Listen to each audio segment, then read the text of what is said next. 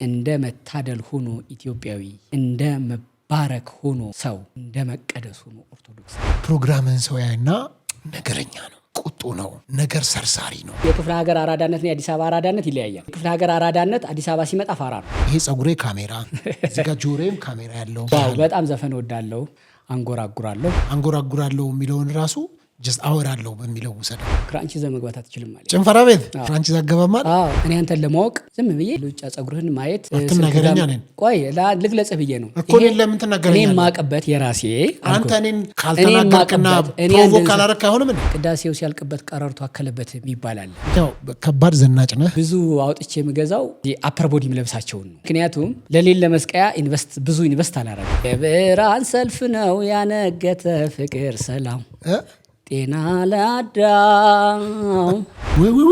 እንኳን ወንበር ላይ ተቀምጦ ከሱ ጋር ቁጭ ብዬ ላወራ አይሆንም ብለህ የምትለው ሁለት ሰዎች ቁጭ አድርጌ ኢንተርቪው መጠየቅ የማልፈልገው ሰው ቴዲ አፍሮ ፍራንችህ ካርጎ እቃ ጋር መግባት አለበት አሉኝ። ሴኩሪቲው ይዤ የመጣሁት ለጌጥ አይደለም፣ ከቦታ ቦታ ለመንቀሳቀስ። ስለዚህ ከኔ መለየት አይችልም። እስቲል ይሄ ነገር መፍትሄ የለውም። አሁን ዛሬም አልተለወጠም ማለት ነው። እየጨፈርኩ እላለሁ እንደ ሲክራኝ ልቤ ላይ ያለው መተጣጠፍ የነ ማይክል ጃክሰን መደፋት መነስ ታቀባል ምናምን በአካል አልመጣልኛል፣ ምክንያቱም አካሉ የለም። ልቤ ላይ ግን ይታየኛል። ስለዋለሁ ምናቡ አለ። እንዴት ዳይሬክት ላድርገው? እንዴት ይምጣ? በጣም በቃ የተለየ ነው። ማንም ደንሶት አያውቅም። ያን እንዴት ያልኩ ነው። ዞር ብዬ ጋርዱን አየሁት። መንታውን ነው የሚያወርድ። ባለሮቤሉ እንዴት አደረገው? ያሉ የጸጥታ ዘርፎች የሰጡት አማረ ምላሻል። ተጠርጣሪው ተይዟል። ሰስፔክትድ ነው።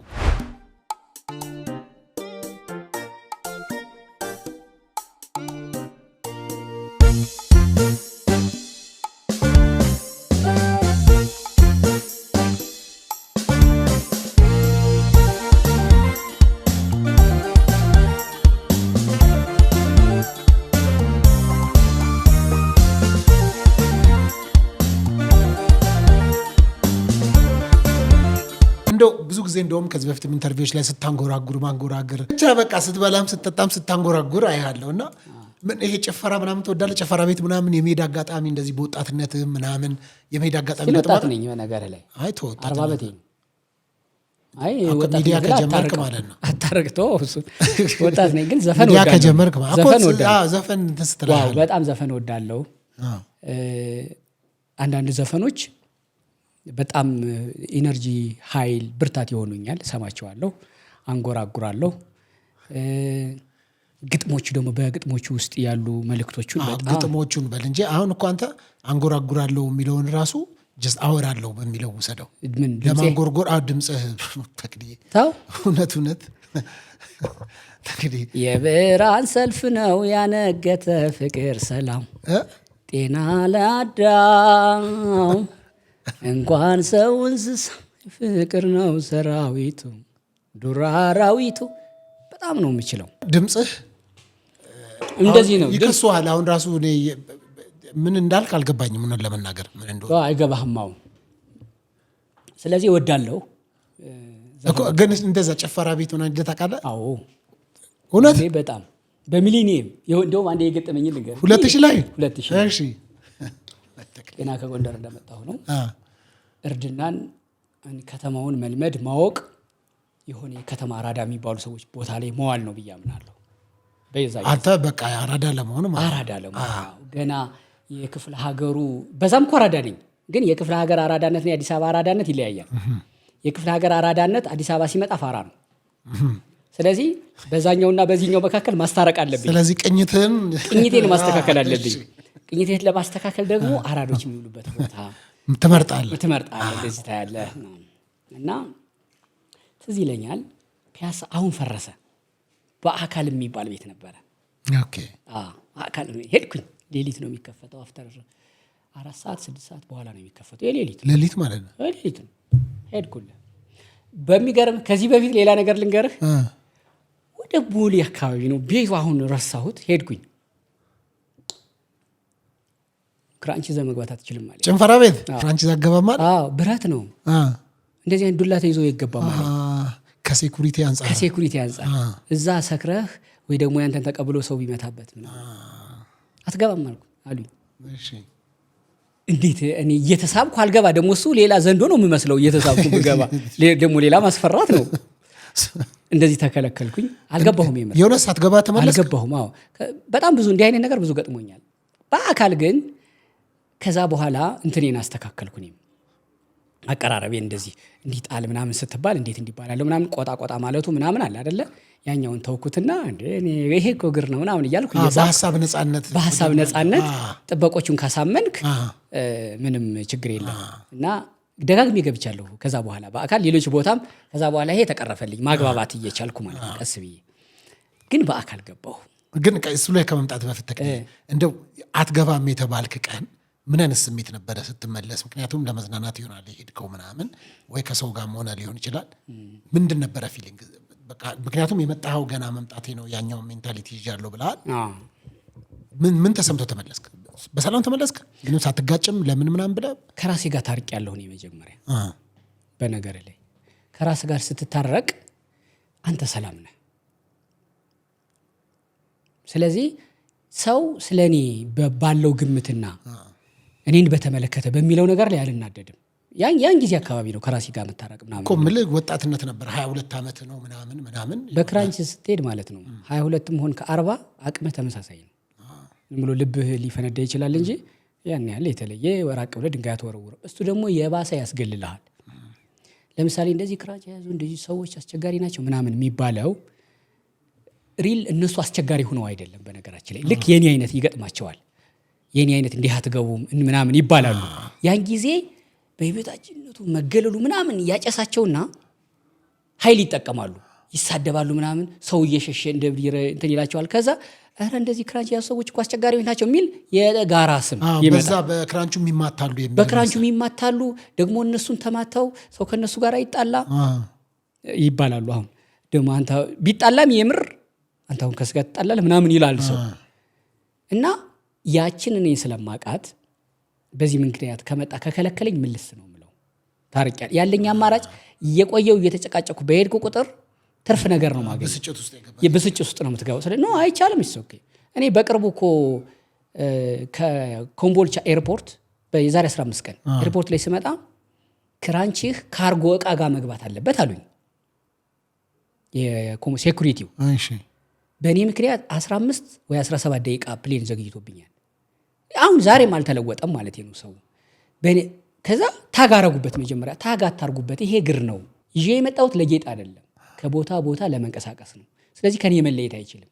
እዛ ይሄ ሻንጣ ማስቀመጫው አላር እዛ ነው የሚገባው አልኳቸው። አይገባቸውም። ፓይለቱ መጣና እንደዚህ አለኝ። ሴኩሪቲ ለካ ይለያያሉ። የሚገርምህ እኔ ፓይለቱ የሚያዝ ነበር የሚመስለኝ። ለካ ሴኩሪቲ ውጣ ሲለው የሚወጣው ረፍ ሲለው የሚያርፈው እሱ ነው። ይህን ካላደረግ መነሳት አንችልም፣ ምን ይደረግ አለኝ። እኔ ደግሞ ያለ ክራንቹ መንቀሳቀስ አልችልም። እስቲል ይሄ ነገር መፍትሄ የለውም። አሁን የዛሬ 15 ቀን ከሆነ ኮምቦልቻ ነበርኩ ለስራ ወረድኩ። ይቅርሽ ማለት ከፍላይቱ ተሰረዝክ? ከፍላይቱ በቃ አማራጭ ያለኝን ምንድን ነው አልኩት ፓይለቱ። እቃውን እንትኑ ክራንቹን እቃ ምናምን ጋር ማስገባት አለኝ። እሱ ሊሆን አይችልም፣ እኔ እቀራለሁ። ሌላ አማራጭ ሲመጣ እኔ ወደ አዲስ አበባ በሌላ መንገድም ቢሆን እመጣለሁ። እኔ በፕሌን ያለ ክራንች በፕሌን አዲስ አበባ ከምመጣ ከነ ክራንቼ በተሳቢ መኪና በመጣ ይቀለኛል። ምክንያቱም እግሬ ነው። የሆነ ነገር ቢሆን ሽንቴ ቢመጣ አልኩ የሆነ ነገር በሆን በኋላ 10 ምናምን ደቂቃ እንትን ብሎ ደግሞ በኤክስሬይ ፈትሸው በምናምን አድርገው አሳልፈውታል እኮ። መጨረሻ ላይ ተስማሙ። የኔ አቋም ሀሳብ ሚዛን ደፋ መጣው እና እንዲህ አይነቶች ድሮም ነበሩብኝ ማለት ነው። እንደዚህ ክራንች ጋር እንደዚህ ጣል እንደዚህ አታንሳ እና ያኔም ቢሆን የነበረኝ አማራጭ ራሴን ማስታረቅ ነው። እንደገና እኔ በግሌ ምን አይነት አቋም አለኝ መሰለ? የሆነ ቦታ ሲሄድ የሆነ ቦታ ስከለከል ኦኬ ለሰዎች ስጋት ነኝ ማለት ነው የሚል ራሴን እንደተጣለ ሳይሆን ስጋት የሆነ አደጋ ሊያደርስ እንደሚችል ሰው ራሴን እቆጥራለሁ። ከሆነ ሰው ጋር መጣላት ኧረ በእናትህ ኧረ እኔ እንደዚህ አላልኩም እኔ ሌላ ነገር ውስጥ እንደታስገባኝ አደራ ምናምን ብሎ ፈርቶ ምናምን የሆነ ነገር አድርጎ ሰው ሲያናግረኝ እንትኑ የተንኮሶ የሚባል አንድ አጫጭር ድራማ የሚሰራ እዚህ ቲክቶክ ላይ ያለ እና ሱቅ ጋር ሂዶ እኮ ነው። ከዚህ በፊት ከሱቅ ሰው ጋር በዱቤ ምናምን ተጣልቶ የሱቁ ባለቤት መቶት የሱቁ ባለቤት ታስሯል በመማታቱ። ከዛ መጣና ለሌላ ባለሱቅ እያወራ ነው። ይሄ ሰውዬ እንዲፈራኝ ንገሪው አለ። ምክንያቱም ከተጣላሁት ይታሰራል። ምክንያቱም እሱ እመታዋለሁ እኮ ምናምን አይደለም፣ ከተጣላሁት ይመተኛል፣ ይታሰራል። ስለዚህ ለመታሰሩ ይፍራ ምናምን የሚል አይቻለሁ። በጣም አስቂ። በየትኛው መንገድ አደጋ ያመጣል ምናምን ተብሎ ስነገር ለምን ፍተሻ፣ አሁን ፍተሻ እኔም አንተ የምናልፍበት አለ አይደለ? ይሆን አምናው ሊሆን ይችላል እኮ ምንም እለፍ ሲሉኝ ሳልፈተሽ ካለፍኩ ነው ምንም አያመጣም በሚል ነው ወይስ ታምኜ ነው የሚል ሁለት ቦታ ቆማል። መፈተሹ ግን እንዳንተ አደጋ እንደማደርስ ስታመንና ስፈራ ደስ ይለኛል። አይ ኦኬ ምንም አያመጣም ምን ያመጣል ምናምን ሲሉ ግን እንደ ህፃና ማለት ነው ምንም ወይ ኤኒዌይስ እንዲህ አይነት ነገሮች ይገጥሙኛል። በጎ ነው የሚይዘው።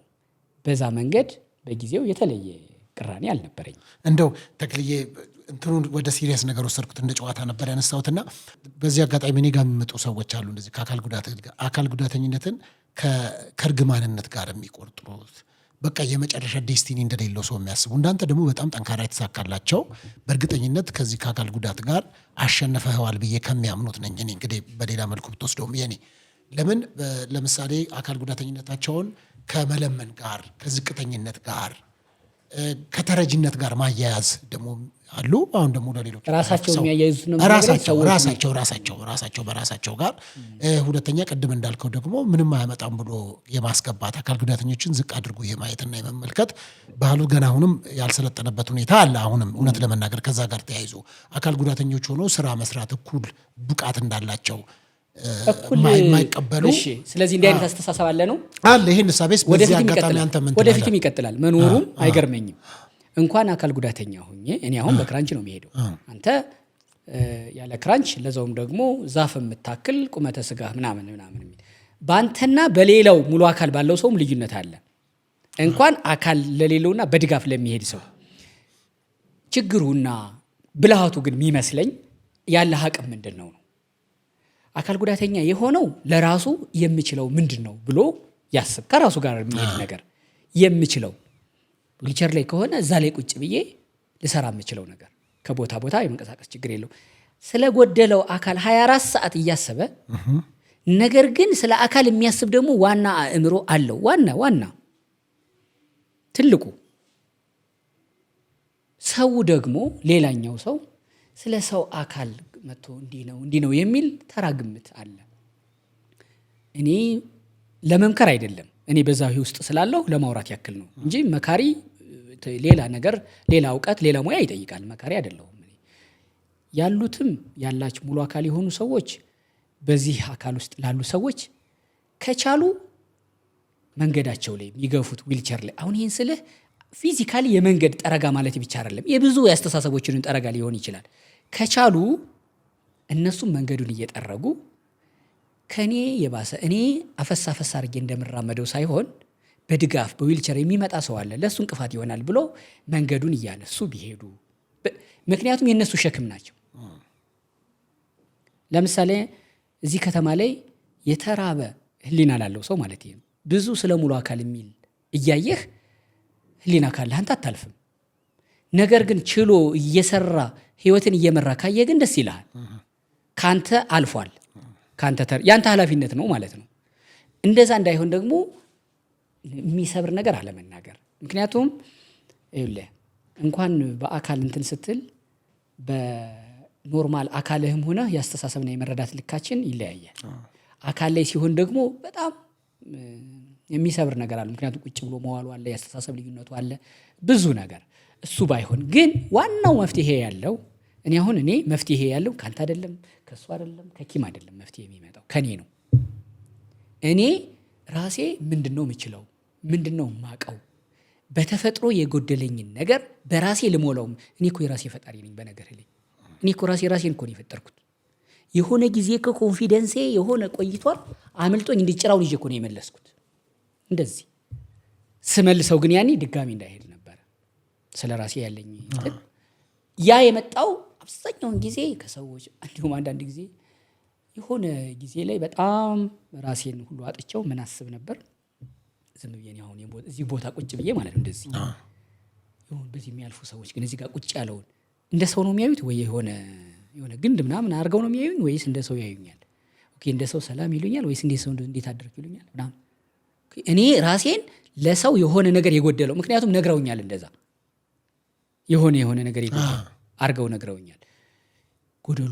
ጎደሎ የሚል ቃል ብዙ ተደጋግሜ ተነግሮኛል። ስለዚህ እኔ ለሰው ሰው ለመሆን 20 ጉዳይ ሩብ ጉዳይ ነኝ ማለት ነው ምናምን የሚል ተቀምጦ ከዛ ምን አደርግ ነበር አንድ ሰው ነበረ በጣም የምቀርበው እሺ ከሱ አጠገብ ልሁንና ወደሱ የዞሩ አይኖች እኔንም ሊያዩኝ ይችላሉ። ያኔ ሰው እንደሆነ ቀስ ብዬ አነጋግራለሁ።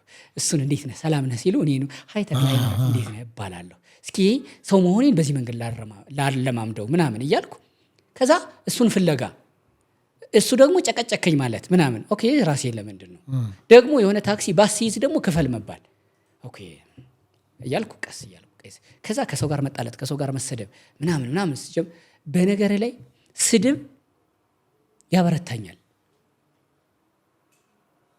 ውዳሴ ብቻ አይደለም ያ ሰው ከኖርማል ስሜቱ ወጥቶ እኔን እየተናገረኝ ከሆነ በጣም አደገኛ ሰው ነኝ ማለት ነው። ይሄን እኔ እንደበጎ ተጠቀመዋለሁ።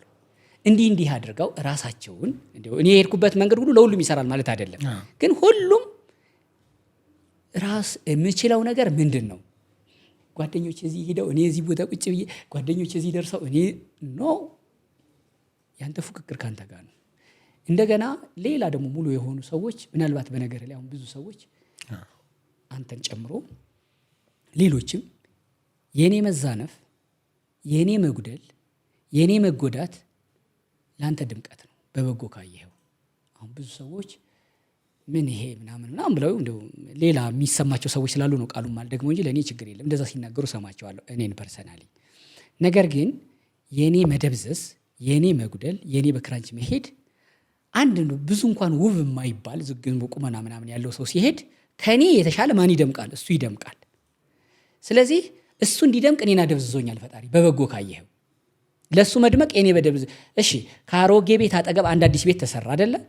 ሰው በሙሉ ወደ አሮጌው ነው የሚገባው ወደ አዲሱ ነው የሚገባው? ወደ አዲሱ ነው የሚገባው። ስለዚህ የኔ አሮጌ መሆን የኔ አለማማር ላንተ ማማር አስተዋጽኦ አለው ማለት እኮ ነው። ገባህ? አግኝተኛል። ስለዚህ እንዲህ ነው ብሎ ሰውን ማናናቅ ልክ አይደለም፣ ለመምከር አይደለም፣ ሌሎቹን እንዳይጎዳ በማሰብ ነው። ወደ ልመና ወደ ምናምን የሚመጣው ያው የኛ ሀገር ያለው አማራጭ አንተ ሰርተህ በላ ሙሉ አካል አለህ ብለው እንትኑን ያልፉታል። አንዳንዱን ደግሞ ብለው ይሰጡታል። ብዙ ናቸው። ከዛ እሺ ላምጣልህ እና ወደ ሐሳቤ ልምጣልና ከዛ ፒያሳ አስተዋወሰኝ። ፒያሳ ከጎንደር መጣ ከአራዶች ጭፈራ ቤት ሄድክ በአካል ነዋ? እሺ እሱ እናምጣልኝ። ደንሳሌ በጣም አርቀኸኛል አንተ። እሺ ይገርም ነው። ሄድኩኝና ጨፈራል ብዙ ጊዜ ብዙ አይደለም ያው ጥበቆቹም ጋርዶቹ ነው የሚባሉ ያምራሉ። ጥቁር ተለብሶ እንደዚህ ምናምን ነው እንዲህ ፈርጠም ያሉ ናቸው። የሆነ ነገር እንዲህ ቢፈጠር እንዲህ የሚያንጠለጥሉ ምናምን ናቸው ጋርዶች። ጋርድ አለ በነገር ላይ እንደሌሎቹ? የምን ጋርድ አንተን የሚጠብቅ እኮ የሚጠብቀኝ ጌታ ነው አይደል? እሺ አንተ እሱ ነው እና ራሴን ጤናን እጠብቃለሁ። ጤናን እጠብቃለሁ። በጣም ጥሩ። ከዛ እየተደበቀ ደስ ይላል ዘፈኑ። ሚሊኒየም ነው አሁን ኤግዛክትሊ ሚሊኒየም እንትኑ ምናምን አላውቅም፣ ብቻ ዘፈኑ የሚያምር ዘፈን ነው። ያው የጭፈራ ቤት ዘፈን አንተም ኤክስፒሪየንሱ አለ ታውቃለህ። እኔ አላውቅም። ተው እሱን አንተ ዝም ብለህ ቀልዱን ተው። አሁን እኔ ላወራ ነገር አለ አላውቅም። አውራ ስለራስ አውራ እኔ ስለማላውቀው ነገር እኔ ልንገርህ ታሪኬን አታቋርጥ። እሺ ቀጥል። ከዛ እየጨፈርኩ ነው እየጠጣለሁ እጨፍራለሁ። ይኸውልህ ጭፈራ እንዴት እንደምጨፍር ባይ ደስ ይለኛል። እሺ አንደኛ የሚያስጨፍርህ መጠጡ መኖር አለበት። እዚህ ምንም የለም። እንደገና እዛ ጋር ቫይቡ አለ። ሌላ የሚጨፍር ሰው እያየህ እኮ ነው የምትጨፍረው። ኖ አሁን ጨፍር ማለት ሳይሆን እንደው ስደንስ የዛ ጊዜ ባይ እላለሁ እንደ ሲክራኝ ልቤ ደግሞ የሰመጠው ከባህውን በቃ የምለው ዘፈን ሁሉ ትዝ አይለኝም። ብቻ ጨፍራለሁ። ልቤ ላይ ያለው መተጣጠፍ የነ ማይክል ጃክሰን መደፋት መነሳት ምናምን በአካል አልመጣልኛል፣ ምክንያቱም አካሉ የለም። እሺ ልቤ ላይ ግን ይታየኛል፣ ስለዋለሁ ምናቡ አለ። እንዴት ዳይሬክት ላድርግ? እንዴት ይምጣ? ይሄ ለመጨፈር ይሄን መሰቃየቴን ምናምን ምኖች ያሉ ጋርዶች እዛ ጋርና እዚህ ጋር ቁመዋል። እኔ አሁን ሲገባኝ ኢንኬዝ እንዲህ እየተፈናጠረ ቢወድቅ እንቅለበው መሰለኝ። ቀረብ ብለዋል። የሚያካክሉትን ልገልጽልህ አልችልም። እንደዚህ ብለዋል። ከዛ እየጨፈርኩ ነው። ደግሞ ዳንሴ እኔ አሁን ራሱ ትዝ ይለኛል። በጣም በቃ የተለየ ነው።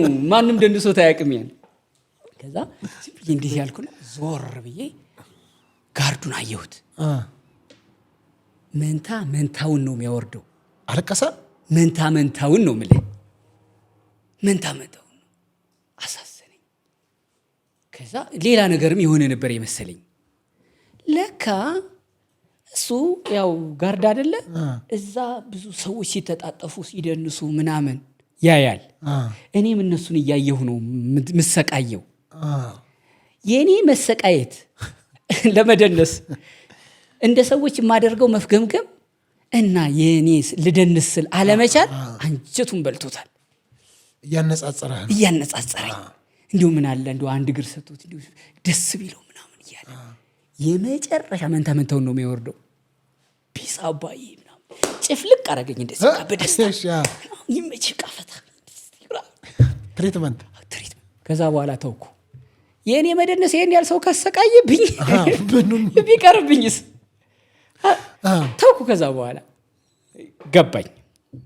አያምርብኝም፣ በእኔ አያምርብኝም። ሰውን ዝም ብዬ ለሰው መሳቀቅ ነው ምክንያት መሆኑ አልኩና ከዛ በኋላ ደንሼ አላውቅም። ከዛ ቀረሁ። እምባ እኮ ነው ያመጣው። አሁን ይሄ ዳይሬክት ተደርጎ በሆነ ክሊፕ ቢወጣ እኮ ላራጨው እኮ ነው ዓለሙን። ከዛ ግን አሁን ደግሞ ዛሬ ላይ እንግዲህ እነዚህ ሁሉ አልፈ እኔ እናንተ እንኳን ተወሰነች ወቅ በመናረግባቸው ወይ ሬስቶራንቶች በሄድንባቸው አጋጣሚ ሁሉም ሰው ተክልዬ ፕሮግራምን ወዳለው በጣም ደስ የምትለኝ ምናምን ብዙ ሰዎች አሉ። የሆነ ወቅት እንኳን ሌሎች ሰዎች አንተ ራስህ በራስህ ያላመንክበት ጊዜ እንደነበረ አይቻልም። ዛሬና ትላንት እንዴት ነው? የትናንት ስሪቴ ነው ዛሬ ያለው እኮ። የትላንት ተክልዬና የዛሬ አሁን ለምሳሌ ተወዳጅ ነህ እንዳልከው እንኳን ከፊት ከኋላ ትታወቃለህ። ፕራውድ ትሆናለህ። ጉረኛ ነገር አድርገዋል። ስመጣ አንዳንድ ሀሳቦችን አገላለጽ እንኳን እየነገርኩ ነው የምወጣው ማለት ነው። ቅድም የነገርኩን እንኳን ከፊት ከኋላ እታወቃለሁ። ትናንትናንና ዛሬን ያስተሳሰርኩ ነኝ። ደስ ይለኛል እንደዛ ስትለኝ። ጉራ ምናምን አይደለም። እግዚአብሔርን ግን አመሰግነዋለሁ። በጣም አመስጋኝ ነኝ። አልችልም ላለቅስ እላለሁ። በጣም ደስተኛ እግዚአብሔር ይመስገን። በመንገዴ ሁሉ አንዳንድ ጊዜ በጣም ብዙ ተፍገምግመው በጣም ብዙ እድል ኑሯቸው በብዙ መዋቅር ውስጥ አልፈው በርቱ ምናምን የሚሏቸው በጀት ተበጅቶላቸው ምናምን የሚሰሩ ሰዎች አሉ። እኔ ደግሞ ዜሮ በጀት ነኝ። ዜሮ በጀት ብቻ አይደለም ዋጥኩት መልሼ ላወጣው የነበረውን ቃል እንደዛ መግለጽ ስላልፈለግኩ ነው። ግን በዛ በኩል አልፌ ራሴን አስተዳድራለሁ። የሆነ የምችላቸውን የቅርብ የሆኑ ሰዎች በተወሰነ ትንሽዬ ነገርም ቢሆን አግዛለሁ። ይሄ ለእኔ ከምንም ነገር በላይ ነው። ከምንም ነገር በላይ ነው። ራሴን ከማስተዳደሬም ባለፈ እንዲህ ተሰርቶ እንደሚኖር ማሳያ ነኝ። ከዚህ በላይ መባረክ የለም። ትቼው ነው እንጂ አሁን ወደ ሃይማኖት እንትን ይልብኛል ብዬ ነው እንጂ በፊት እንደ መታደል ሆኖ ኢትዮጵያዊ፣ እንደ መባረክ ሆኖ ሰው፣ እንደ መቀደስ ሆኖ ኦርቶዶክስ ነኝ ይል ነበረ። ቪዲዮ መውጫዬ ላይ ሶስቱ የመህጎችን ከዚህ ከሶስት የመህጎች ወስጀው ነው መባረክ፣ መታደል፣ መቀደስ ሰው ላይ ነው ያለሁት። ነው ከምንም በጣም ደስ ይለኛል። እንደው በማህበራዊ ህይወት ጓደኞች አሉ፣ ወዳጆች አሉ። መቼ የምትከበብ አይነት ሰው ነህ። እንደው ጨዋታ ማዋቂ ነህ ምናምንና ከዛ አንጻር ተክለ ሃይማኖት ይሄ ሶሻል ህይወት በዕለት ተዕለት ህይወት ላይ ፕሮግራምን ሰው ያይና ነገረኛ ነው፣ ቁጡ ነው፣ ነገር ሰርሳሪ ነው ምናምን አይነት ከሚል አንጻር ሰው ካንተ ጋር ዘና ብሎ ተፍታቶ ይኖራል። ወዳጅ ሆኖ በቃ ነፃ ሆኖ ማለት ነው። እንደው ብዙና ሻይ ቡና አንድ ሁለት እንበል ተባቢ የምላቸው ምጠራቸው የምከበብ ምናምን እንደዚህ አይነት ግሩፕ የለኝም በእውነት። ግን ካሜራ ላይ እና በስራ ያዩኝ ሰዎች ደግሞ የሆኑ ሰዓታትን እንደረሳ ሰዓታት አይደለም ምናምን የቀረቡኝ ሰዎች ደግሞ እዛኛው ላይ ስራ ነው። እዚህ አሁን እኔ እናንተ ኦፉን ስናወራ የዚህ የጠያቂነት የተጠያቂነት አይደለም የጨዋታ ነው። ስለዚህ ያን ያክል እንትን ምል አይደለሁም። አትከብድም፣ ለሰው አልከብድም። እኔ አሁን ነፃ በጣም ቀሎኝ የማወራቸው ሰዎች መካከል ቁጥር 1 ነብዬ ላወራ እችላለሁ። ግን ሳይው ሚዲያ ላይ አይና አሁን ለምሳሌ እኔ ሰዎች ሲያገኙኝ ምን ያስባሉ? ይሄ ጸጉሬ ካሜራ እዚህ ጋር ጆሮዬም ካሜራ ያለው ምናምን ለመናገር እንደዛ ነው የሚያዩትና እንደዛ ይገጥመኛል። ያለኝ አማራጭ እየጻፍኩ ማለፍ ነው። በየገኘው በየሆነ አጋጣሚ እየቀረጽከን እንዳይሆን ምናምን ይሄ የተለመደ የቸከ ቀልድ አለ። ግን እየሳቅኩ ኧረ እንደዛ አይደለም እኮ ህይወት ምናምን እያልኩ አልፈዋለሁ። ሁሉንም አስተያየት መስጠት ስለማይቻል ማለት ነው። ግን እኔ በጣም ደስ ይለኛል፣ እግዚአብሔር ይመስገን። አሁን ያው ከባድ ዘናጭ ነህ እንግዲህ ለሾፒንግ ምናምን ያው ቱርክ፣ ሳውዝ አፍሪካ፣ እስራኤል እና ዲዩቲ ፍሪ አይታቸው ከሆነ ልብሶች ውድ ልብሶች ኢንተርቪዎችን አይቻቸዋለሁ። እና የት ነው የምትገዛቸው? እዚህ ኢትዮጵያ ያሉ ግን ኖርማል ልብስ ነው የምገዛው። አሁን እንደዚህ አይነት የተለየ በዲዛይን የተሰራ ምናምን አይደለም እኮ። ግን ያስታውቃሉ እኮ ልብሶቹ ዋጋቸውን ይናገራሉ እኮ። ሲውስ ወይ የሆነ ቦታ ስትሄድ የሆነ እስራኤል በነገር ላይ ባለፈው ሄድኩ ጊዜ የእስራኤል ቦንዳ አለ እዚህ የኛ ሀገር ለጋር ምናምን ሄደ ቦንዳ እንደምሳሌ የቦንዳቸው የእስራኤል ቦንዳ የሚባል ሂጄ ነበረ። እሺ ተሸክሜ ነው የመጣሁት ሸሚዝ ከቦንዳው አንደኛ የዚህ ሀገር ብራንድ ምናምን ብራንድ እያሉ የሚሸጡ እስራኤል ቦንዳ ሂደ ብትገዛ ሮቦት ምናምን የሚባል የሆነ ኤሪያ ነው ሄድ ነው። እሺ አንደኛ ነው እና እንደዛ ነው የምገዛው። የተለየ እንትን የለኝም። ባይሆን ሾፒንግ ስትል ምን ላይ ስፔንድ ታደርጋለህ? ብዙ የምትገዛው ሸሚዝ ነው የምትገዛው ጫማ ነው ምናምን ከሆነ ሀሳብ ወደዛ ሄደ ከሆነ ብዙ አውጥቼ የምገዛው ከዚህ አፐር ቦዲ የምለብሳቸውን ነው። ምክንያቱም ለሌለ መስቀያ ብዙ ኢንቨስት አላረግም። ምን ማለት ነው ደግሞ? ለምሳሌ ጫማ በውድ ዋጋ አልገዛም። ምክንያቱም እግር የለም። ሱሪም ያን ያክል በውድ ዋጋ አልገዛም። ምክንያቱም መስቀያ የለም። ስለዚህ ብዙ ጊዜ ልብስ መገዛው እኔ ከላይ እንደዚህ የሚለበሱት እንደምታየኝም የአንበሳ ቅርጽ ያለኝ ሰፋ የምለው ከላይ ነው። አንዳንዱ ጫማዎቼ በተለይ የግራው እግሬ አይደል ማይሰራው አንደኛው ሶሉ ሁሉ አልቆ የግራው እግሬ ቁጥሩ እንኳን ሳይፋቅ ነው ምጥለው ወይ የሆነ አንድ እግሩ ነው የሚያልቀው። ስንት ቁጥር ነው የምታደርገው አንተ? እኔ 43 44 ያላለቀ የግራ እግር በጣም ብዙ ጫማ ልሰጥህ እችላለሁ አለኝ።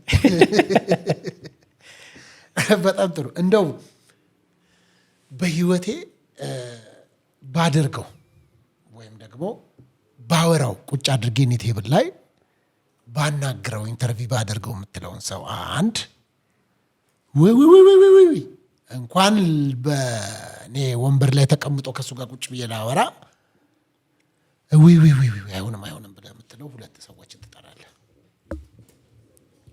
አንዱ በቃ ቁጭ ብዬ ከሱ ጋር በዚህ ሀሳብ ላይ ባወራው በቃ ልከኛ ነው ብለህ የምትለውን ሰውና በፍጹም አላወራውም የምትለው ሰው።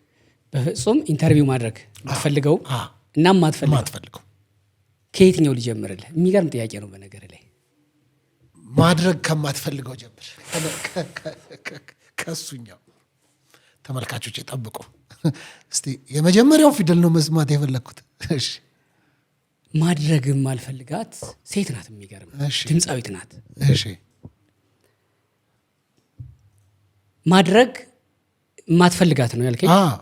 ማድረግ የማትፈልገው ሰው። እሺ ሀሳቤን አስተካክልልኝ። ማድረግ የምፈልጋት በጣም ባገኛት ብዬ ምሳልላትና ባገኛት መጠየቅ የምፈልገው ብዙ ነገር ያላት ሴት ናት።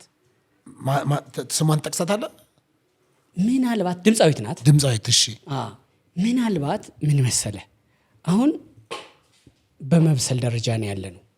ቅድም መግቢያ እዛኛው ቪዲዮ ላይ ሳውራህ የነበረው ነገር አለ። የምሰራው ቪዲዮ ሰውን ይጎዳል አይጎዳም፣ ኢንቴንሽናሊ ይጎዳብኛል አይጎዳብኝም ብሎ ማሰብና ሳላስበው ሳላውቅ በስህተት ደግሞ ምጎዳው ይኖር ይሆን የሚል ሐሳብ አስባለሁ ብያለሁ። አሁን እቺ ድምፃዊት ኢንተርቪው ማድረግ በጣም የምፈልግበት ምክንያት እና ስሟን ብጠቅስ አሁን ያለችበትን የአእምሮ መረዳት አላቅም፣ ተለውጣም ሊሆን ይችላል፣ አልተለወጠችም ሊሆን ይችላል፣ ልጆቹ ሊኖሯት ይችላሉ ምናምን። ስለዚህ ስሟን አታስገድደኝ። አለጥራ በምን ጉዳይ እንደሆነ እኮ ጉዳዩን እነግርሃለሁ። ጉዳዩን እነግርሃለሁ፣ ስሟን ግን አልነግርህም። እሺ ጉዳዩን ስትነግረን ከሪናት ይላሉ ሰዎች። እሺ ሊሉ ይችላሉ። እሺ የሆነ በጣም ዘናጭ መኪና ነው ያላት። እሺ ቦታው ለጋር አካባቢ ነው። እሺ በፌደላ ጋር አካባቢ ይመስለኛል። የቆየ ነው ታሪክ። እኔ ያኔ እንዳልኩህ የተወሰነ ወደ ሚዲያውም አልመጣሁም፣ ግን ዘፈን ሰማለሁ፣ ወዳለሁ። ደግሞ ዘፈኗን ወደዋለሁ እና አየኋት። መስታወት ዝቅ አርጋለች። የድሮ መኪኖች እሲም ስለሌላቸው መስታወት ዝቅ አርጋለች። እጇን ወጣ አርጋ ቁጭ ብላለች። በጣም ነው የምታምረው። አየኋት፣ ደነገጥኩ።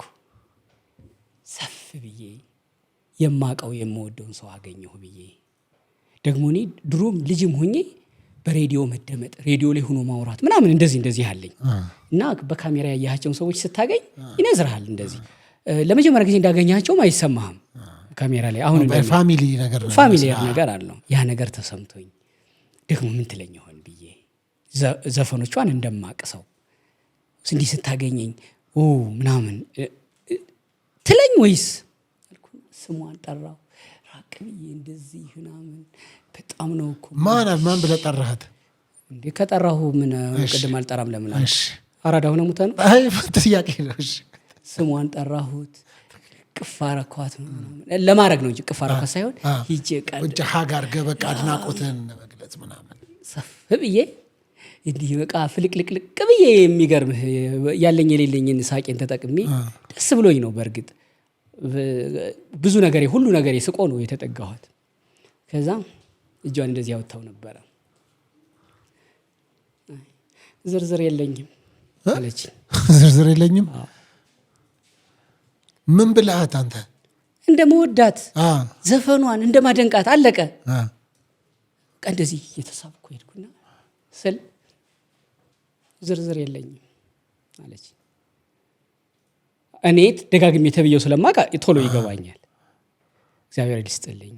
እንደ ለልመና እንደሄድኩ አሁን ላብራራልህ መሰለኝ። አንተም የተወሰነ እየለመንኳት ስለ ሙሉ አካል እያልኳት እንደዛ ነው የመሰላት።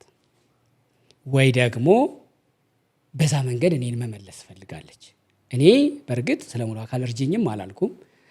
ካልበሟም ከነጠላ ዜማዋም ዘፈኗን ጠርቼ በጣም እንደምወዳት በርችልኝ፣ ድመቂልኝ፣ በሌላም ዘፈን ላገኝሽ፣ እኛን ባህላችን ኢትዮጵያ ሀገራችንን የበለጠ ቆለጳጵሻት ነው የኔ ሐሳብ። እንዴት ነው ያለች? ዝርዝር ቀያይ ነገር ነው የተቀባችው። ዝርዝር የለኝም አለች። ይችን ሴት አሁን ባገኛት ቦታውን፣ ጊዜውን፣ የግራ ጣቶቿን አወነጨጭ አስታውሼ የኔን እንደዚህ እየተሳቡ መሄድ ይዤ ለምን ነበር እንደዚህ ያልሽኝ? ምን አስበሽ ነው ብላት ደስ ይለኝ። በጣምም ኢንተርቪው ማድረግ እፈልጋለሁ። ስልኳ አለኝ፣ ግን የሚገርምህ እንደው የሆነ አላወቀችም። ከዛ በኋላ ደውለህም የመንገር ነገርም አልነበረ። እኔ አንድ ባህሪ ያለኝ ልጠይቀው የፈለኩትን ጥያቄ በኦፍ ሪከርድ አላባክነው። ግን አሁን ታውቃለች። እርግጠኛ አይደለም ያ ሰው ሁን አትሁን ነው የማታውቀው ነው። ሚዲያው ላይ ታውቃለች። ዞሮ ያ ሰው አንተ ሆና አሁን አታውቅም። እስቲ ከዘፈኖቿ መካከል እባክህ አድናቂዋ ነኝ። እርድና አላልክም እንዴ? የመጨረሻ እርድና ግርዱ ነው እኮ አንተ ጋር ያለው ዋና ፍሬው እኔ ጋር ነው። የእርድና ፍሬው እኔ ጋር ነው ያለው። አራድነት መስሎ ግርዱ ነው። ደንሰ ደግሞ ቀድሞ በሮጣ አይደለም ባይዘው ከኋላ ተነስቶ ማለ ማሸነፋት አቃቂ ቃሊቲ በመወለድ አይደለም። በዛው ቆመህ ጠበቀኝ አለፍኩ። ግርዱ ነው አንተ ጋር ያለው። እርድና ነው ፍሬው እኔ ጋር ነው። አሁን አንተ እሺ ቀጥል። መጠየቅ የምትፈልጋት ያልካት እቺን ነው አይደል? እሺ መጠየቅ ደግሞ የማትፈልገው ሰው መጠየቅ ደግሞ የማልፈልገው ስቱዲዮ ጠርቼ ስለሱ ሪሰርች ሰርቼ ሰዎች ስለሱ ምን ይላሉ፣ የት ነው የሚውለው፣ ምንድን ነው የሚጠጣው፣ ከዚህ በፊት ምን አድርጎ ነበር፣ ማን ስለሱ ምን ይላል ብዬ አጣርቼ ቁጭ አድርጌ ኢንተርቪው መጠየቅ የማልፈልገው ሰው ቴዲ አፍሮ ነው። ቴዲ አፍሮ ይሄ ባለፈው አንተ አላውቀውም ያልከው፣ በእርግጥ እሱ በአንተ እሱን አላውቀውም ማለት ውስጥ ካንተ ኋላ ያለውን ድቅድቁን የማወቅ አቅም አለው እሱ። እኔ ደግሞ እንደማቀው እንደምወደው እንደማደንቀው በዛ ቦታ ስሙን መጥራቴ ከኔ ኋላ ያለውን ረቂቁንም የማወቅ አቅም አለው። መላከ ብርሃን ነው ቴዲ አፍሮ። እሱን ባገኘው ቁጭ አድርጌ የመጠየቅ ሐሳብ ምናምን እንዲህ ምን የሚል ምኞት የለኝም። ማግኘት ማድረግም አልፈልግም። ዝም ብለህ አንዳንድ ኢንተርቪው ለመስራት ብዙ ነገር መጎርጎር ይጠይቃል አይደለ? አሁን ቴዲ አፍሮ አሁን ያለበት በዓለም ክቡር ዶክተር አርቲስት ምናምን የሚል ማዕረግ ደርሷል አይደለ? ቴዲ አፍሮ ደግሞ በእምነቱ ኦርቶዶክስ እንደሆነ አውቃለሁ። በኦርቶዶክስ ደግሞ ለሰው ልጅ የምትሰጠው ክብር 4 አለ። ክብር ማዕረጎች ማለት ነው። ክቡር፣ ብፁዕ፣ ቅዱስና ፍጹም የሚል ማዕረግ አለ። እሱ አሁን ያለበት ክቡር የሚለው ማዕረግ ላይ ነው ያለው። በማ አሁን ያለው ማዕረግ ማን ነው? ይሄን ማዕረግ የመጀመሪያው ሰው ማን ነው አትበል። ቆይ ልነግርህ እኮ ነው፣ ልጨርስ እኮ ነው። ክቡር ዶክተር የሚል በጎንደር ዩኒቨርሲቲ የተሰጠውን ማዕረግ ታውቃለህ? እሺ። አርቲስትነቱ ተወዳጅነቱ ሰምተሃል? ሰምቻለሁ። ከ5 ዓመት በፊት ነው አይደል? እኔ አሁን አንተ ጋር ኢንተርቪው ካረግ ባለፈው አላውቀውም ያልከውን ለማጣጣት እንዳይመስልብህ ነው አይደል? እኔ የሰማሁትን ነው እኮ የምነግርህ። አሁን ነው የሰማኸው ገና? እኔ እያልኩ እንደዛ አይነት የክብር ዶክትሬት እንደተሰጠው ፎቶውን ማምጥተው አሳይተውኝ ሰው ነው። አሁን እንግዲህ 8 ወር ምናምን 9 ወር አላውቀውም ካልክ በኋላ አንተ ጋር ከተገናኘን እሱ ማለት እሱ ነው ብለው አሳዩኝ። ከዛ በኋላ ተረዳሁኝ። እንዲህ አይነት እሱን ነው። ለማንኛውም እሺ፣ አንተ የግልህ ነው። ስትቀልድም ሊሆን ይችላል። ለምን ያልቀልድም? እኔ በእንዲህ አይነት ጉዳይ እኔ የሰሩ ሰዎችን አከብራለሁ። ሰዎች እሺ፣ ለማንኛውም ኢንተርቪው ማድረግ የማልፈልገው አውቃለሁ እንደሚያቀኝ አውቃለሁ ደግሞ ኢንተርቪው ልስራ ብዬ ብጠይቀው ፈቃደኛ እንደሚሆን አውቃለሁ። የሆነ ጊዜ ለሆነ ጉዳይ እፈልጋለሁ ብለው ስልኩን እንደሚልክልኝ ወይ የሆነ ቦታ እንደሚያገኘኝ አውቃለሁ። ግን ኢንተርቪው መስራት ግን አልፈልግም። አንዳንድን ሰው ዝም ብለህ ከሱ ብቻ በሚመጡ ሀሳቦች ዝም ብለህ በሆናቸው ብቻ እየወደድከውና እያደነቅከው እንዲኖር የምትፈልገው ሰው አለ። አክብረኸው ብቻ ጀግንነት ራሱም ይላል። ጀግንነት አንዴ ነው ሁሌ አይለካም ይላል። ቴዲ አፍሮ እስካሁን ያለበት የኪነ ጥበብ እውቀቱ፣ ጭምትነቱ ያን ያክል ሰማይ የነጠረ ዝናውን ማኔጅ የሚያደርግበት ችሎታው ይሄ ሁሉ በዚህ ጊዜ እንዲህ ብለህ ነበር፣ በዚህ ጊዜ ደግሞ እንዲህ አልሆነም። ይሄ ምን ማለት ነው ከነከ የምትለው ሰው አይደለም። እንደነገርኩህ ቅድም ክቡር የሚል ስም ደረጃ ነው ያለው። ተስፋለኝ ብፁዕ ምናምን የሚል ሊደርስ ይችላል። አናውቅም። እሱ የሰው መንገዱ ብዙ ነው፣ ሊደርስ ይችላል። በዚህ አይን ያለን ሰው ደግሞ ዝም ብለህ እያከበርከው የሚደርስበትን ማዕረግ ትጠብቃለህ እንጂ እንደ ሰው በመውጣት መግበቱ ውስጥ የሆነ ድካም ይኖርበታል። በዚህ ጊዜ እንዲህ ተሳስቷል፣ በዚህ ጊዜ እንዲህ ብሎ ዘፍኗል፣ በዚህ ጊዜ እንዲህ ተናግሯል እያልክ ሕጸጹን ፈልገህ የምታደናቅፈው ሰው አይደለም። የበለጠ ወደ ብፁዕ ማዕረግ እንዲደርስ የምታግዘው፣ የምትመኝለት፣ የምትጸልይለት ሰው እንጂ ኢንተርቪው ለማድረግ። ስለዚህ አንተ የምትለው ክቡር ዶክተር ብፁዕ ቴድሮስ ብፁዕ ላይ እንደደረሰ እኮ እንደሚደርስ አስባለሁ። አሁን ክቡር ብፁዕ አዎ አሁን ክቡር ነው። ብፁዕ የሚባለው የመነኮሰ መስቀል የያዘ የመነነ ብቻ እንዳይመስልህ። በዓለማዊው ዓለም ተነስተው ወደዛ ማዕረግ የሚያደርጉ ሰዎች አሉ። አድገውም ታሪክ ስለሱ ብፁዕነት ዳቦ ልብላበት እንጂ ከበደኝ። አንተ አታውቀውም። ምን አስጨነቀ? አታውቀውማ። አታውቀውም። በቃ ከበደኝ። አታውቀውማ። ሊሆን ይችላል ኢትዮጵያ ውስጥ ተሰምቶ የማያውቅ ጉድ እኮ ነው እያወራህ ያለኸው። አታውቀውም። ዝም ብለህ ስማ። ብላ አንተም ብላበት። ይሄን በተናገርክበት አሟሽበት። አንተም ቀጥል። ሌላ ሀሳብ ካለ የመጀመሪያው ብፁዕ ዘፋኝ ብለህ ልትሾ የተነሳበት መንገድ አክብሮትን ምንም ችግር የለብኝም። አክብሮት አይደለም። እኔ በቃ የሆነውን ነው እየነገርኩ። እኔ በተብታባ አንደበቴ ለመግለጽ ስፍገመገም አሳንሰው ይሆናል እንጂ የሱን ጀግንነት፣ የሱን አዋቂነት፣ የሱን ጭምትነት እኔ ሊገልጸው አልችልም። በጣም በጣም ጭምት ትሁት ሰው ነው። አግኝተው ታውቃለህ? አልነግርህም። ስለማታውቀው ሰው ታዲያ ታወራለህ? ስለማውቀው ነው የነገርኩህ እኮ።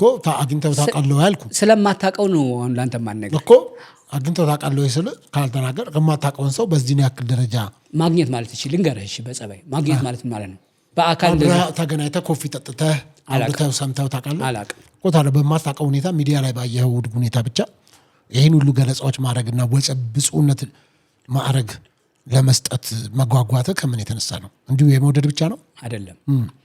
የኔ የማወቅ ጥግ ከአንተ ጋር ፊዚካሊ መቅረብ ብቻ አይደለም። በስራዎቹ ይለካል አይደለም። የኔን የማወቅ ጥግ ነው የነገርኩህ። ወደ እሱ ልመጣልህ ነው። እኔ አንተን ለማወቅ ዝም ብዬ በአካል አንተ ጋር መጥቼ ፊት ለፊት አይነ ውሃን ሉጫ ጸጉርህን ማየት አትናገረኛ ነን። ቆይ ልግለጽህ ብዬ ነው እኮ። ለምን ትናገረኛለህ? እኔ የማውቅበት የራሴ አንተ እኔን ካልተናገርክና ፕሮቮክ ካላረክ አይሆንም። እኔ አንድን ሰው የማውቅበት የራሴ የሆነ ጥበብ አለኝ። ተሰጥኦ አለኝ፣ ኔትወርክ አለኝ፣ ምናምን። አንደኛ ይሄን ያዝ። ሁለተኛ ቴዲ አፍሮ ስለ ኢትዮጵያ፣ ስለ አፍሪካ፣ ስለ ሌሎች ኢትዮጵያውያን ታላቅ ሰዎች እኛ ስለሱ እንድናውቅ የፈለገውን ነገር በትንሹ ከፍቶ ያሳየን በቂ ነው።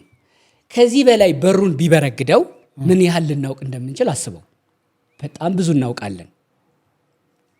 እንዲያውቅ በፈቀደልክ ያወቅ ነው ቴዲ በጣም ክቡር ነው። ስለዚህ ቴዲ አፍሮ የበለጠ ክቡር ሆኖ የበለጠ ብፁዕ እንዲሆን የምመኝለት ሰው እንጂ በኢንተርቪው መጥቼ ኢቭን ባለጉዳይ ኢቭን ከእሱ ጋር የተገናኘ ኬዝ እንደዚህ እንኳን ገጥሞኝ በጣም መቸገር ይመስለኛል። ስለ እሱ ለመስራት ይፈትናል፣ በጣም ይፈትነኛል። ደግሞ እዚህ ጋር ሙያ የሚባል ነገር አለ። አሁን ከሙያ ወጣህ ከኢቲክስህ ከቆምክለት ልትለኝ ይሆናል። እፈተናለሁ ነው እንጂ ያልኩህ። ለዛ ምን ያላነሳውበት ጥሩ። እሺ፣ እንደው ተክለ ሃይማኖት አዳነ ጋዜጠኛ ባይሆን ኖሮ አሁን የሆንከውን ሰው ባይሆን ኖሮ ምን ሆናለሁ ብለህ ታስብ ነበረ? ምን አሁን ዛሬ ላይ 40 ዓመቴ ነው ብላል። የ40 ዓመቱ ተክለ ሃይማኖት ምን ላይ ይገኝ ነበር? እኔ ሳስበው የሆነ ቤተክርስቲያን ውስጥ ምናምን የምትሆን ነው ይመስለኝ፣ የሚቀድስ ወይም የሆነ ቤተክርስቲያን አገልጋይ። ሀሳብህ ጥሩ ነው። መጠራት ይጠይቃል። ወደዛ ቢሆን ጥሩ ደስ ይለኝ ነበር። ግን ቅድም ጋዜጠኛ ማትሆን ኑሮ ስትል ምን ትዝ አለኝ? ነኝ ወይ የሚል ጥያቄ ነው። እኔ ራሴን በየትኝ ሰዎች ያው አሁን እንዳለመታደል ሆኖ ትልልቅ ሰዎች አዋቂ ሰዎች ከሚዲያው ራቁና እኛ በማህበራዊ ሚዲያው በኩል ተደማጭነቱን እና ደግሞ መንተፍረቱም የለንም። አሁን ዝም ብለን በድፍረት የምንገባባቸው ነገሮች በሙሉ እኛን ለመስባት ብለው ሳይሆን ይዘነው የመጣነው ጉዳይ ሰውን ሼክ የሚያደርግ ስለሆነ የሚያስደነግጥ ስለሆነ በዛ ምክንያት እኛን ያዩናል ምናምን። ስለዚህ እኛ ጋዜጠኛ ነኝ ወይ? እኔ ራሴ እንደዛ ስጠራ ሰምተህ አታውቅም። ቢያንስ 1 3 4 ሰዎችን ልጥራ ኢትዮጵያ ውስጥ እነሱ በሚጠሩበት ሙያ እኔ እንዴት እጠራለሁ? እነማን የምታደንቃቸው ናቸው? በጣም በሙያው ማለት ነው። ለምሳሌ ደረጀ ኃይሌ፣ ለምሳሌ ጋዜጠኛ መዓዛ ብሩ።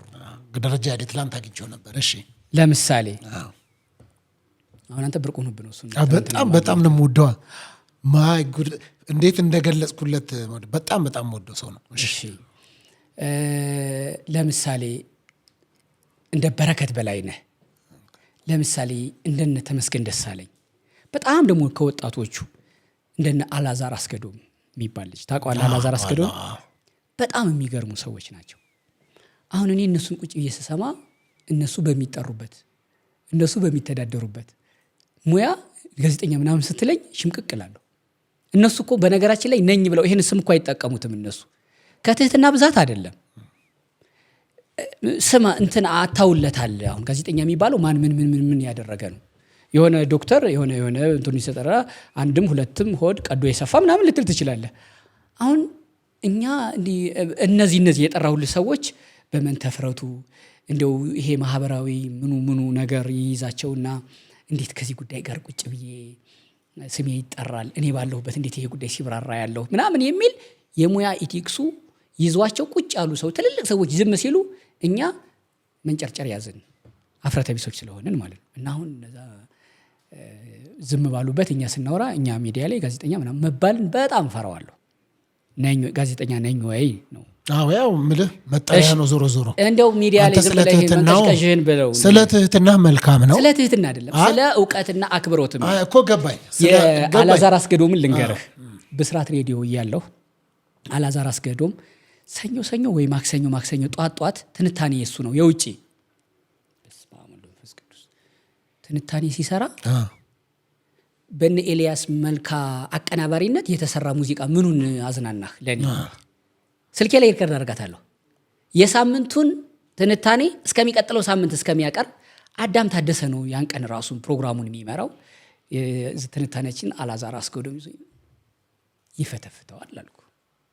እኔ ደግሞ ምን አይነት የሐሳብ ቋት እንደሆነ ስለ ዶናልድ ትራምፕ ዜና እየጻፈ ጅቡቲ እዚህ ዲአርሲ ምናምን እንዴት እንደሚመጣ ታውቀው። ነቢይ ባለታሪክ የቅኔ ሰው ምናምን ታረጋዋለህ። ትንታኔውን ማለቴ ዶናልድ ትራምፕ ብሎ ሊጨርሰው ይችላል ዝም ብሎ መጨረሻውን። የሚገርም ጥሪ ያለው ሰው ነው። በነገራችን ላይ የልጅነት ህልሙ መነኩሴ መሆን ነበር። ኦኬ እና የመጣበት መንገድም ይመስለኛል ብዙዎቹ ስሪታቸው ይሄ ጥላ አርፎባቸው የመጡ ሰዎች ብዙዎቹ ጸጋቸው ይገርመኛል። ሱሱ ነገር ይመስለኛል በጣም ያፈፋቸውና የሱንም እንደዚህ ሰማ ነበር። አሁን እነሱ አንድ ደጃፍ ፖድካስት ላይ ቀርቦ እንደውም ጋዜጠኝነትን ዲፋይን ሲያደርገው ነበር። ማን ምን አድርጎ ስለዚህ ጉዳይ እኔ አሁን ጋዜጠኛ ነኝ ብዬ አንድ ሚዲያንን የሚወድ ሰው እዛ ላይ እንደሚሰራ ሰው ነው ራሴን የምገልጸው እንጂ ጋዜጠኛ ምን ያደረገ ሰው ነው ጋዜጠኛ የሚባለው? ይሄን አላውቅም እስካሁን ምናምን ሲል ነበር። የእውቀቱ ጥግ እንጂ እሱም ለትህትና አይደለም ያን ያለው። የእውቀቱ ጥግ ግን እንደዛ ነው። ግን እኔ እንደዚህ አሁን እግረኛው ሚዲያ ብለህ እንደው ካንተ ጋር እንደዚህ ምናምን ይሄ ባይሆን ኑሮ ምን ትሆን ነበር ከሆነ እንግዲህ ያው እኔ ድሮም ቢሆን ልጅ ሆኜ ሬዲዮ ምናምን መሆን ትዝ ይለኛል። ካልሆነ የሆነ የሚያበላ ብር ያለበት አካባቢ ገብቼ ሰራ ይሆናል። ዝም ብለህ ያገኘሁትን አይደለም እኮ ምን ሊሆን ይችላል? ምን ለምሳሌ እንደው እንትን ካልከኝ ውጭ መሄድ ይመስለኛል። እንደምንም ተፍጨርጭሬ ብዙም ሞክሬ ስለነበረ ውጭ መሄድ እንጂ ውጭ ሂጄ ያው የነሱ የውጩ ሀገር ባለው ሲስተም ላይ ቁጭ ብዬ ያን እየሰራው መኖር ይመስለኛል እንጂ እንዲህ ሆነ ነበር ምለው እዚህ ሀገር ውስጥ የሆነ ነገር ሆናለሁ ብለህ ራስን ሁኔታው ነው እንግዲህ ሁኔታው ነው የሚወስነው። ዝም ብዬ በቃ መተዳደሪያ ያለበት ብር ልሰራበት የምችለው ወይ ነገር ብቻ የሆነ ነገር ሊሆን ይችል ነበር። አንድና አንድ ጎሌ ይሄ ስለነበረ ሌላ ባልሆን የሚል ፕላን ቢም አላስቀመጥኩም። እዚሁ ላይ ነው የመጣበት ቀጥታ። አዎ ይሄው ነው ሐሳቤ። ደስ ይለኛል ባገኝበት ባላገኝበት ባጣበት የምወደው ነገር ስለምሰራ ደስ ይለኛል። ስለዚህ ሁለተኛ አማራጭ ብለህ የምትይዘው ነገር አልነበረ? ውጭ መሄድ ይሆን ሁለተኛ አማራጭ ማለት ነው። እንደው ከዛ እንደዛማ ከሆነ ወደ ውጭ ሄደሃል? ለምሳሌ ሳውዝ አፍሪካ ናይታል፣ ቱርክ ናይታል። አሁን ነው በፊት አሁንማ ለስራ ደረስ ብሎ መምጣት ነው። ውጭ መሄድ አትበል። ገባኝ። ሄደሃል። እንደው ከዛ ይሄን ነገር አይታ ኢትዮጵያን አይተ እነዛን የውጭውን ዓለሞች አሁን ብዙ ወጣት የሚናፍቅ ምናምን አለ ሄደ ስታየው ምን እንደው መጀመሪያ ያስገረመ ለምሳሌ ከዚህ ልምጣለ ከጎንደር ልክ አዲስ አበባ ስትገባ በጣም ተገርመ የነበረበትን ነገር ታነሳኛለህ። ከዛ ከአዲስ አበባ ደግሞ ቱርክ ስትሄድ፣ ከአዲስ አበባ ደግሞ እስራኤል ስትሄድ፣ ከአዲስ አበባ ደግሞ ሳውዝ አፍሪካ ስትሄድ አሁን የሆነ ነገር ካደገ በኋላ ስለሆነ ብዙ ምድገረም ድንቅምት ምናምን አይደለሁም። በተቃራኒው ግን ወደ እነዛ ሲሄድ ሳይሆን ምገረመው ከዛ ቆይቼ ወደ ኢትዮጵያ ስመጣ እንዴት ለምሳሌ ቱርክ ቆይቼ እስራኤል ቆይቼ ምናምን ቆይቼ ወደ ኢትዮጵያ ስመጣ ለምሳሌ የኢስታንቡል ኤርፖርት በጣም ሶፊስቲኬትድ የሆነ በጣም ትልቅ ነው። ዱባይ ምናምን ደርሰህ ስትመጣ ማለት ኤርፖርት ስደርስ ዳስ ይመስለኛል እዚህኛ ጋር ስደርስ ማለት ዳስ ከዛ ለአንድ ሳምንት ምናምን አይቼው የመጣሁት ምናምን አይምሮዬ ውስጥ አይወጣም ያኛው ነገሩ። አሁን አይዞህ ቢሾፍቱ ኢንተርናሽናል ላይ የተገነባ ነው፣ በጣም ግዙፍ ነው። እዛ ላይ ስንደርስ እንግዲህ ለዛ ያደርሰናል። እንግዲህ ከኢንፍራስትራክቸር ሌላ ወይ ደግሞ ምግብስ አልተቸገርክም? ወጥተህ አሁን ብዙ ሰው ይቸገራል። ለምሳሌ አንተ ኦርቶዶክሳዊ ነህ፣ እዚህ እንኳን ዳቦ ስትበላ በስመ አብ በወልድ በመንፈስ ቅዱስ አሐዱ አምላክ ብለህ አሜን ብለህ ምናምን ነው የምትበላው። እዛም በርገሩን ባርከዋለሁ። ስጋውስ ምን ችግር አለው? ስጋው በስመ አብ ወወልድ ወመንፈስ ቅዱስ አይባልም? ስጋው አይደለም እንዴ? ማን ነው ያረደው?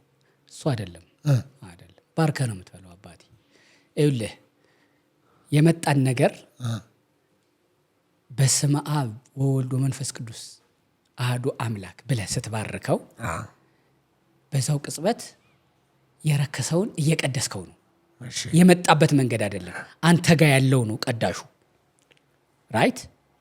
ስለዚህ እነዛ ሀገር የተከለከሉ የማይበሉ ምናምን ነገሮች ሊኖሩ ይችላሉ። ዱባይ ምናምን ለምሳሌ ሙስሊሞች ያርዳሉ አይደል? የሙስሊም ምግብ ቤት ምናምን ይበዛል።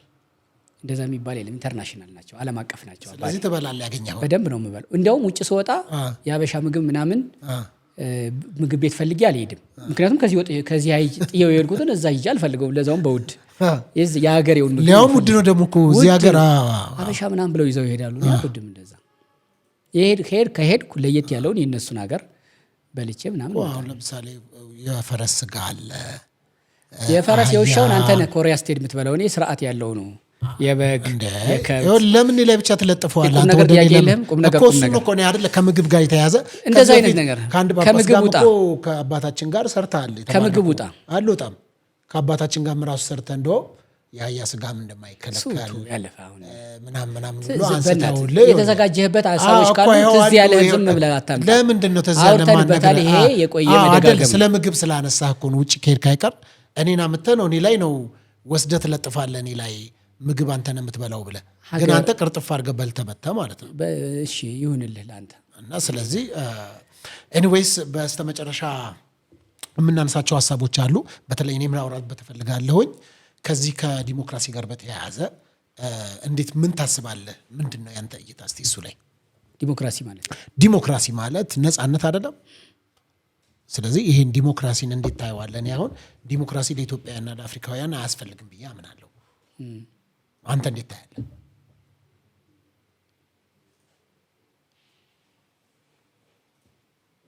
ያው ጽንሰ ሀሳቡ ዲሞክራሲ ማለት አትደነገጥክ? የፖለቲካ ጉዳይ እኮ አይደለም ዲሞክራሲ። ስለ ዲሞክራሲ መራ ፖለቲካ አይደለም። ባይዘው ቅድም ነግረኛው ፖለቲካን 40 ክንድ እንደሚሸሽ ግን ይሄ ፖለቲካ አይደለም፣ ስለ ዲሞክራሲ ነው። እንግዲህ ዲሞ ማለት ህዝብ ነው፣ ክራሲ ማለት እኮ መንግስት ማለት ነው አይደለም? ስለዚህ ምን ያው የግሪክ ወርድ ነው ወርዱ።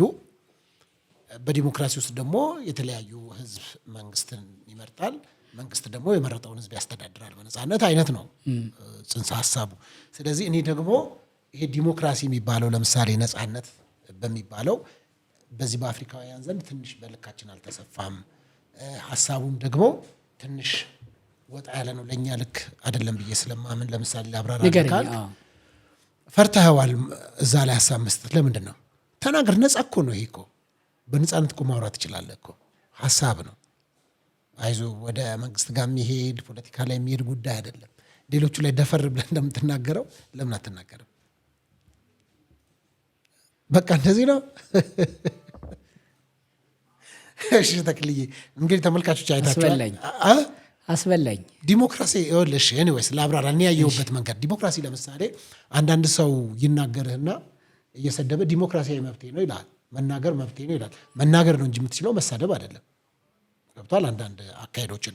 ከዛ በተረፈ ለምሳሌ ዲሞክራሲና ተመሳሳይ ጾታ ማግባት ቅድም በጣም በባህላችን ነውር ነው ተብሎ የሚባሉ ሌላው ነጮቹ ዓለም ዲሞክራሲ እያሉ የሰጡትን እኛ ሀገር አንዳንድ መታረቅ ያለባቸው በደንብ ሊያዙ የሚገባቸው ሀሳብ አሉ ከሚል አንጻር ነው እኔ ማልቀበላቸው። ምክንያቱም አሁን ይሄን እግረኛው ወይ ዲቫይን ላይ ከምታወራው ዝም ብለህ አንተ ፓርቲ አቋቁምና ለምን ፓርቲ አይደለም እኮ ይሄ ዲሞክራሲ አያስፈልግም ፓርቲ አይደለም ምናምን ትላለህ እና ከየት የመጣ ነው ይሄ?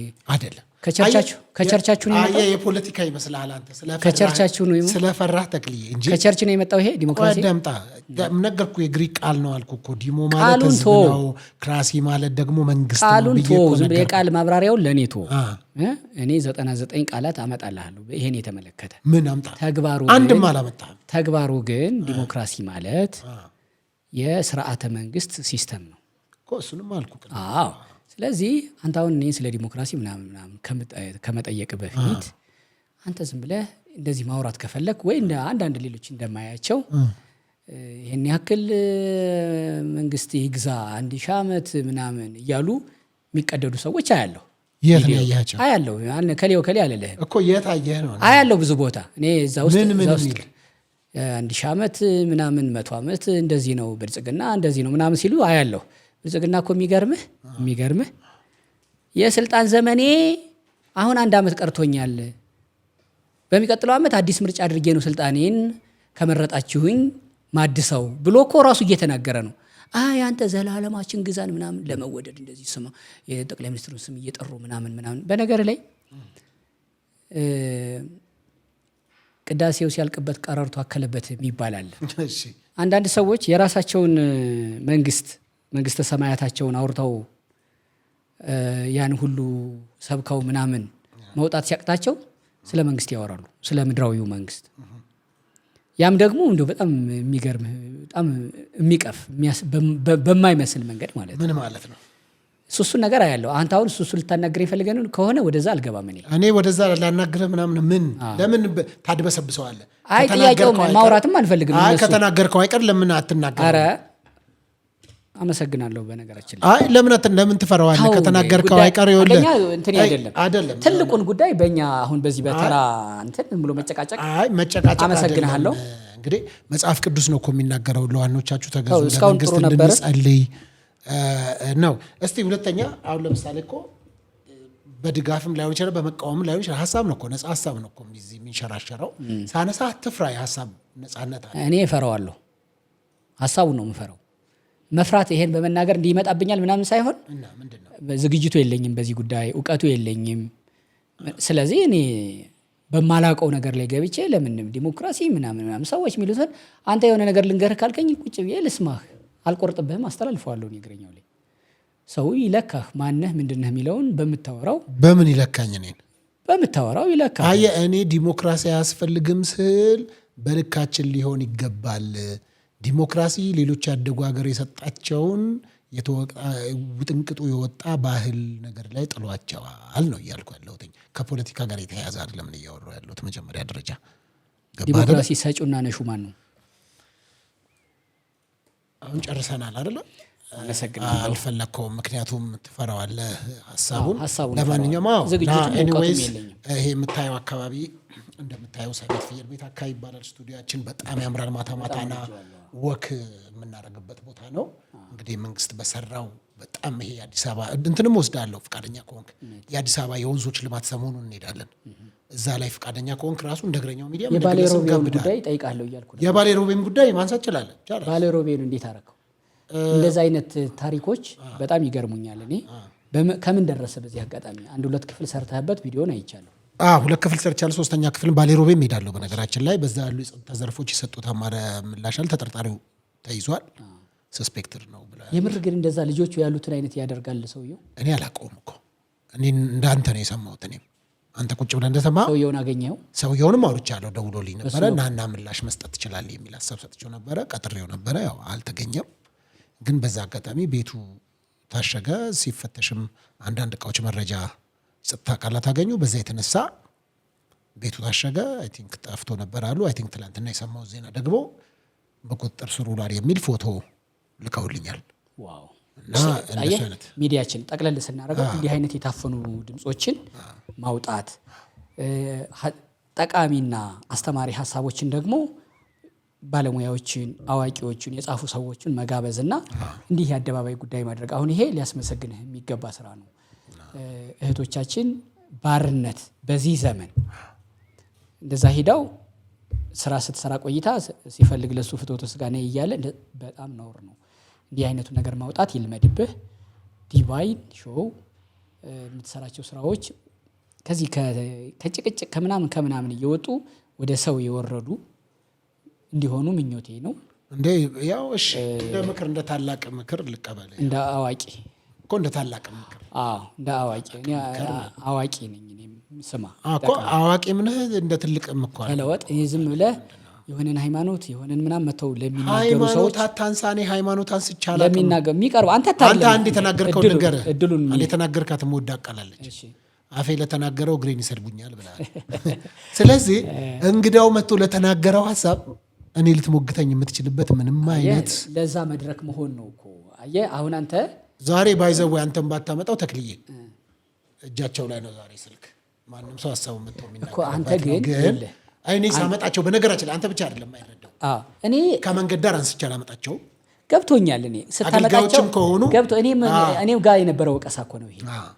ለምሳሌ እብድብዱን እያመጣ ፕሮቴስታንቱን የማይወክሉ እንደዚህ እባል ነበር። እኔ አንደኛ የመጀመሪያ አይደለም እኔ ማቀርባቸው፣ ሁለተኛ እኛን አይወክሉም ካሏችሁ በፊት ነው። አሁን እንኳን እንደዛ አይነት ነገር ትችዋለሁ። በፊት እንደዛ አላቸው ነበር። እኛን አይወክሉም ካላችሁ ከእናንተ አውግዛችሁ ለየዋቸው ተራ ሰው ይሁኑ እነዚህ ሰዎች የእናንተን ቦታ እንደዚህ ብለው እየመሩ ግን አለማቅረብ አንችልም ብላቸው ነበረ። ግን ፖይንቱ አሁን ላንተ የምመክርህ ስታቀርባቸው ከነቅርሻታቸው ሳይሆን አንተ አጥራው። ካንተ ጋር ነው የቀረቡት አይደለ? ከማን ጋር ነው የቀረበው መባል አለ። ካንተ ፊት ጋር ነው ያን ሐሳባቸውን የሚሸጡት። የሆነን ሃይማኖት የሆነን ምናምን በጨዋ ደንብ የራሳቸውን እምነት ብቻ መስበክ ይችላሉ። የራሳቸውን አቋም ብቻ ማንም ሌላም አይዲያ ላይ ቢሆን ማለት ነው በሎጂክ እንዲህ ነው እነከሌ እንዲህ ናቸው ሳይሉ የራስህን አውርተህ ሳትጨርስ የራስህን የምትነግርበት መድረክና ቋንቋ ስታጣ የሰው መዘርጥ እንደ መጨረሻ አንድ ማን ነው ገጣሚው መሐመድ ሰልማን ወይ እንደዚህ ከተሳሳትኩ ይቅርታ፣ አልሆንልህ ካለ መጉላትና መግዘፍ ከትልልቆች መሃል አንዱን መርጠህ ዝለፍ። እንዴት መወዳት ነገር ነው። ስለዚህ በትልልቅ ተቋም ትልልቅ የእምነት ሰዎችን ትልልቅ አባቶችን ትልልቅ ተቋማትን እንዲህ ናቸው እነሱ እንደዚህ እንዲህ ናቸው የሚሉትን ምንም ማድረግ አትችልም። ተጣማው ከመጡ ምን ማድረግ አለብህ አንተ? መቀጥቀጥ፣ ማቃናትና የሚያርሙ የሚኮተኩቱ ማጭድ መዶሻ ማድረግ አንተ ጋር ይጠበቃል ነው። ዲቫይን ብለህ መስርተህ የዴብል አትሁን ነው። ስለነበረን ቆይታ አመሰግናለሁ። ያ በዚህ አጋጣሚ መምጣት ካይቀረ ያንተንም ወዳጆችና አድማጮች እንግዲህ ዲቫይን ሾውን ሰብስክራይብ አድርገው እንዲከታተሉ አወጣው። በዚህ ሳምንት ከኔ ጎን ሆነ ቫይራል ሆንክ። ይሁን ይመቺ። አሁን የተናገርኩ ሰብስክራይብ አድርጉ በላቸው። ዲቫይን ሾውን ነው ያልኩ። እሺ የኔዎቹ ነው ታዲያ አንተን አድማጮች አንተን ወዳጆች ቤተሰብ እንዲሆኑኝ በደስታ ዌልካም ልላቸው ስለምፈልግ እኮ ነው። እሺ ተመልካቾቻችን ይሄን ቪዲዮ የምታዩ አሁን ያለሁት በዲቫይን ሾው በሶፎንያስ ሞላልኝ ቢሮ ነው እና እሱ ቻናሌ በጣም ተቀዛቅዞብኛል፣ ዶርማንት ሆኛለሁ፣ የእይታ ድርቀት ገጥሞኛል፣ እባካችሁ ወደ እኔ ፈሳችሁ አለምልሙኝ ብሏል። ያላችሁን አርጉለት። እኔ አፍ ስለሌለኝ ባይጠቅምም ቢጠቅም ማየቱ ጥሩ ነው። ተክሌ ጥሩ ቆይታ ነበረንና በጣም ነው እማመሰግነው። ከአንተ ጋር ሰው እኮ ነው የምንሆነውና ሰው መሆንም ያለበት እንደዛ ደስ ይለኛል። በጣም አመሰግናለሁ። ተመልካቾቼ ኢትዮጵያና ኤርትራውያን በመላው ዓለም የምትገኙ እንግዲህ በእግረኛው ሚዲያ በዲቫይን ሾውም ፕሮግራሙ በቀጥታ እየተላለፈላችሁ ይገኛል ማለት ነው። ስለዚህ አብራችሁን ስላላችሁ በጣም ደስ ብሎኛል። ተክልዬ ይልመድብህ። በጣም ነው የምወድ፣ በጣም ነው የማከብርህ። ስለመጣህ ራሱ ስቱዲዮን መተህ በመጎብኘት ወዳጅነትህን መጽሐፍ ቅዱስ አንድ ይላል። ያው መጽሐፍ ቅዱስ ሰው ስለሆንክ መዋደዳችሁ በተግባር የተገለጠ ይሁን ይላል። በተግባር ስለገለጥክልኝ አመሰግናለሁ። አመሰግናለሁ። በሌላ ጊዜ እመጣለሁ። የተለያየ ሀሳቦች ካላችሁ በስልክ ቁጥር ደውሉ።